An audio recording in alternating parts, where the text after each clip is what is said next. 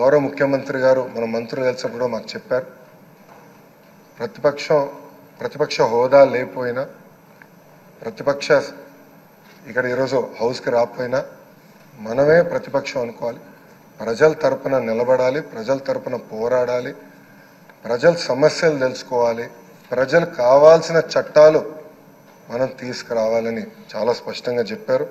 దానికి మీ సహకారం చాలా చాలా అవసరమని మిమ్మల్ని నేను కోరుతున్నాను. అయ్యనాథ్ పాత్రుడు గారిపైన ఎన్ని కేసులు పెట్టినా, ఎన్ని రకాలుగా హింసించినా ఆయన ఒకే మాట చెప్పేవారు, నేను తగ్గేదే లేదనేవారు. అహర్నిశలు పోరాడేవారు.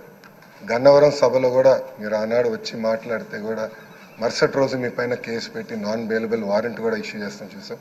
కానీ ఆయన పాత్రుడు ఎప్పుడు తగ్గలేదు, ఎప్పుడు పోరాడితే ఉన్నారు. ఆ స్ఫూర్తిని మీ అందరం కూడా హౌస్కి తీసుకెళ్తాం. మీ దగ్గర నుంచి మేము చాలా నేర్చుకోవాల్సిన అవసరం ఉంది. సో మా లాంటి యువకుల్ని ఈ హౌస్లో మీరు గైడ్ చేయాలని ఈ సభాముఖంగా కోరుకుంటూ, ఈ వీడియో కానీ మీకు నచ్చినట్లయితే లైక్, కామెంట్, షేర్ చేయండి. మరిన్ని అప్డేట్స్ కోసం సబ్స్క్రైబ్ చేయండి.